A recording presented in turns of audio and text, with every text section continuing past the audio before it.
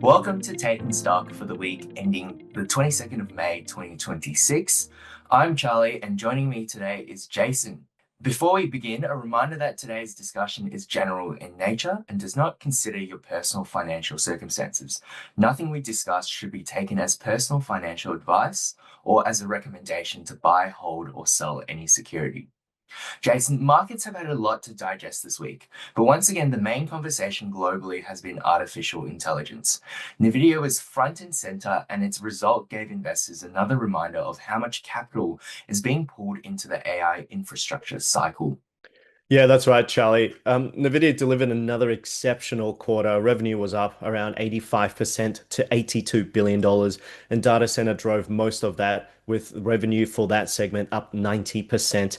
Management also guided to approximately $91 billion worth of revenue for the next quarter, while also announcing a pretty substantial increase in its buyback program and also a higher dividend as well. But if we were to step away and sort of have a look at the key takeaway, and I don't think it's simply that Nvidia exceeded expectations. It's that the AI investment cycle continues to broaden and also deepen as well. Nvidia has effectively become, like you said, Charlie, the barometer of the wider AI ecosystem, and this spans across chips, networking, hyperscale data centers, cloud infrastructure, and also enterprise adoption. But there was another message beneath the headlines. Despite those enormous numbers the company produced, the share price reaction was pretty muted, trading slightly lower during the session. And this suggests that investors already have very high expectations going into the results. The market remains willing to pay for AI growth, but it will also increasingly question how much of that future growth is already reflected in current valuations and how long growth can be sustained for. That's right. And that sets up the key theme for this week. The AI trade is clearly getting red hot, but investors still need to stay grounded. For the ASX, the opportunity set is different to the US. We don't have a direct equivalent of a company like Nvidia, but we do have businesses exposed to software, data centers, electrical infrastructure, logistics, and productivity improvements. Yeah, exactly. Now, the danger is that investors begin labeling every single company as an AI beneficiary. The opportunity, however, is identifying businesses where AI adoption, data center demand, or even digital infrastructure investment can genuinely and sustainably translate into revenue, margins, and also customer demand. Good point. So let's start with Technology One, which reported its first half FY26 result this week. At a headline level, it was a strong result. Annual recurring revenue grew 17% to $598 million, dollars, while total income rose 11% to $323 million. Dollars. Cash operating earnings, or EBITDA, increased 12% to $131 million, dollars, and profit before tax rose 9% to around $89 million. Dollars. Yeah, the numbers seem to suggest there was a little bit of earnings compression, and that was due to a $9 million expense that the company flagged for operating a very fancy conference, Charlie. The share price reaction on the day was pretty interesting as well. Technology One initially fell around 4% after open, which looked like a classic case of the market always wanting a little bit more from the result. But the stock did rebound following during the session to close up positive. Yeah, the share price volatility tells you that there's a bit of an investor debate around the business right now. Clearly, the business is performing well. Management did reaffirm upgraded FY26 guidance, targeting 18% to 20% profit before tax growth. That's really astounding growth figures, and 16 to 18% annual recurring revenue growth. Both are expected to be towards the top end of that guidance range. The Mm. market question isn't whether Technology One is a good business. We think it clearly is. The question is whether the current valuation already captures a lot of that future growth. And that's particularly important because Technology One is now considered a high quality software business and one of the clearest AI beneficiaries in the ASX market. And I think this is the distinction that is important. AI can create real value if it enhances product offering and improves customer outcomes, as well as strengthening customer retention rates as well. But ultimately, investors need to see these benefits reflect in the economics of the business. At this stage, Technology One is investing heavily into its AI capabilities, while contract wins have accelerated meaningfully relative to the momentum they were carrying before. The next company we'll talk about is IPD Group, who are a electrical distributor based in Australia.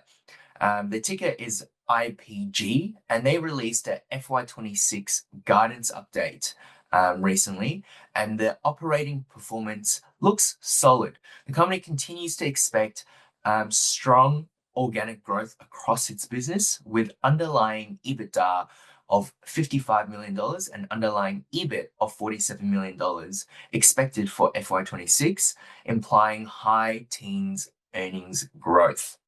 The important part is the source of the growth. A lot of that growth is inorganic acquisitional growth, Mm. whilst the organic contribution of the growth is a bit lower at around 10%, but it is seeing strong organic growth across its core business and recent acquisitions.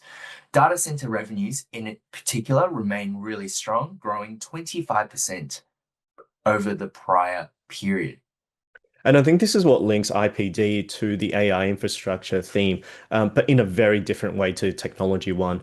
IPD is not selling AI software. It is exposed to the picks and shovels side of the investment cycle, which includes power distribution, electrical products, energy management, and also infrastructure that data centers need to operate efficiently.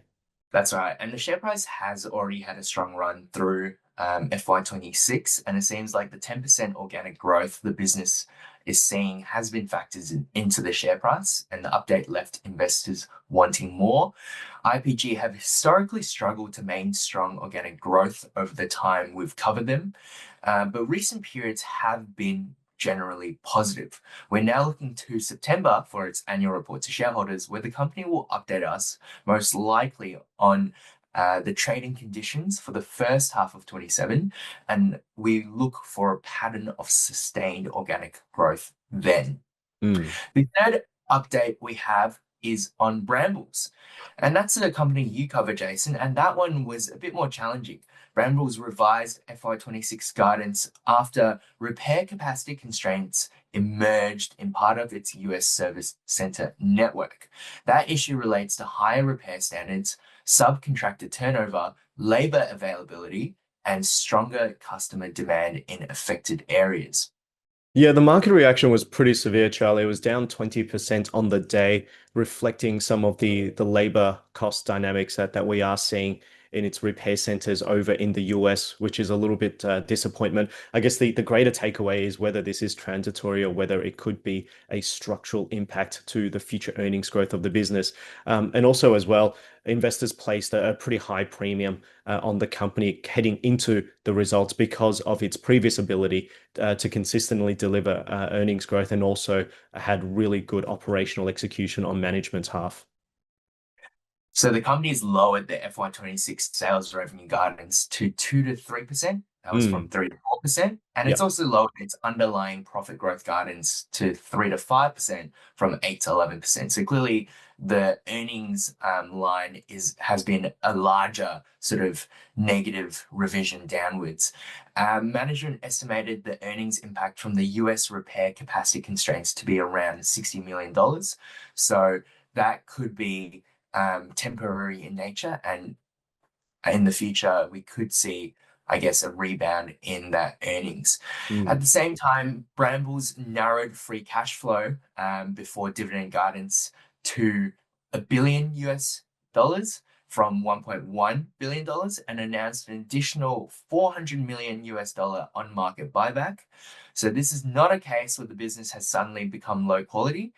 We think clearly the business is generating a lot of cash. They're willing to deploy that cash to buy back stock, and they clearly still have a strong global network, defensive characteristics, and generally attractive unit economics. And this is the thing that we're trying to wrap our head around, Charlie. we know from the past that labor inflation tends to be rather sticky. So, whilst management say that the operational disruption is expected only over the short term, we do have a little bit of doubt at the back of our heads that this thing could extend into FY27, if not for the full financial year ahead. Some things that we are continuing to monitor include some of the tighter pallet quality requirements required by a lot of customers due to higher automation within supply chain lines, and also greater network complexity that could increase the need for better pallets, better pallet quality, and also increased automation, like I said earlier. And this could increase some of the cost base that management will incur in the business. So a lot of things that we continue to monitor, and hopefully we expect a better clarity in the August reporting season.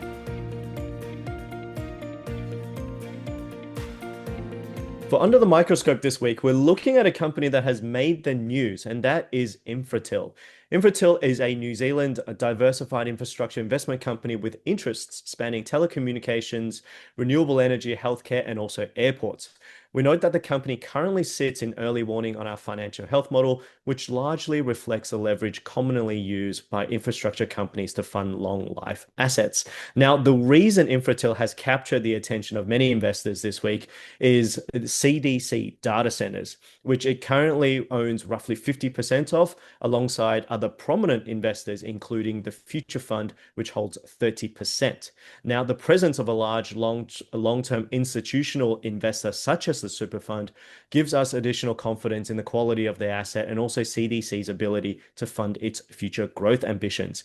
Now, earlier this month, Charlie, CDC secured a 555 megawatt 30-year contract with a US investment grade customer. And this is the largest data center contract in Australian history, highlighting the growing importance in the global AI infrastructure build out that Australia can play. Yeah, and that contract takes CDC's total contracted capacity beyond 1 gigawatt. And that's expected to come online, or that contract is expected to be fulfilled progressively through FY28 and FY29. More importantly, it provides tangible evidence that demand for AI-related computing infrastructure remains exceptionally strong, with major technology companies continuing to commit capital to long-dated capacity. And this is certainly the reason why the market took notice. And Infratil shares rallied 14% on the back of this announcement. I guess the attraction is pretty clear, Charlie.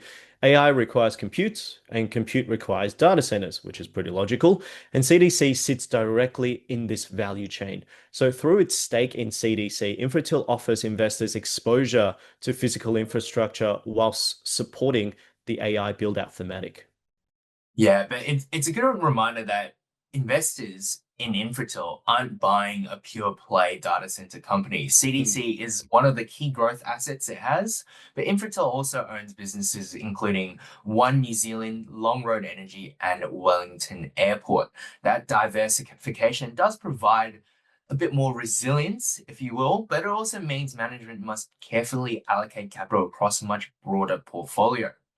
Yeah, and this gives us greater comfort in investing or even talking about Infratil, Charlie. I mean, earlier this week, we were talking in the office about the Industrial Revolution and how every man, woman, and child wanted to invest in railway operators, and not many railway operators succeeded. So it does make sense investing or hedging our bets with Infratil, who do have a lot of other broad infrastructure exposures and not just data centers alone. Now, going back to the capital allocation question, this is pretty important for data centers given the extraordinary capital intensivity that these assets require. And CDC is expected to spend around $4 billion in FY27 alone. The business does have substantial funding available, which includes $4 billion worth of undrawn debt facilities, and investors are effectively betting that future demand will justify today's investment and also deliver attractive returns on that capital. Yeah, it's a big bet on a future that's quite uncertain in our view. The good news is that the long-dated customer contracts that we're seeing provide a good degree of earnings visibility going forward. The bigger question is whether future projects can continue generating attractive returns. Industry forecasts suggest data center demand could potentially double over the next 5 years, but improvements in AI efficiency compute efficiency and uncertainty around long-term adoption does make forecasting really difficult. Yeah, well said. And it's one of the, in our view, it probably is one of the clearest AXX listed beneficiaries of AI infrastructure spending. The success alone won't simply be determined by demand for data centers. Investors still need to assess the contracts, the funding requirements, the returns on capital, valuation, and obviously execution risk before deciding where the opportunity stacks up. So definitely one to watch out for.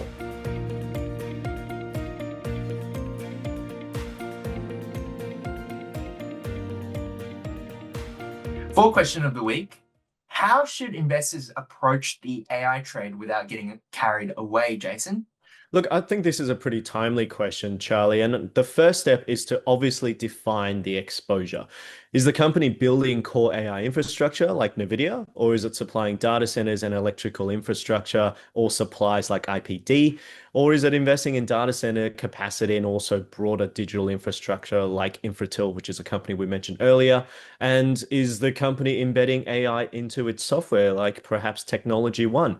And finally, it could be a company that's just purely using AI language without any clear business impact, which is something that you might need to be cognizant of. Yeah, I think investors really need to ask whether AI changes revenue, costs, margins, customer retention, or its competitive advantage. And you need to ask that question across perhaps all of the companies that you hold in your portfolio.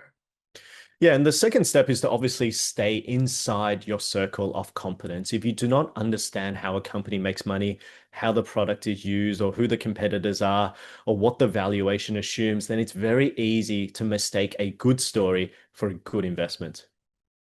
Yeah, and the third step is to separate the theme from the stock. AI can be a real structural trend, and a stock can still be overvalued. I don't think those two ideas are not contradictory. And that's exactly right. NVIDIA's results showed that AI infrastructure demand is real and enormous, but that does not mean that every AI adjacent company like NVIDIA has NVIDIA like economics. Investors still need to do the work. Yeah, so the takeaway for this week is actually quite simple. The AI trade is getting red hot, but investors should stick to fundamentals and stay within their circle of competence, looking for evidence and not just narrative. And from our perspective, evidence comes in the forms of fundamentals, like you said, Charlie, and this could be return on equity, revenue growth, earnings per share growth. We want to see that the company has pulled through a lot of those efficiencies into the P&L, and that's what should make the story or the narrative sustainable. But in this market, of course, discipline matters, and the opportunity set is improving, but there is obviously a real risk of overpaying for businesses where the AI benefit is still unproven. That brings us to the end of this week's episode of Taking Stock. Thank you, Jason, for your insights. Thanks, Charlie. I think we had a really good conversation today. Until next time, have a great week.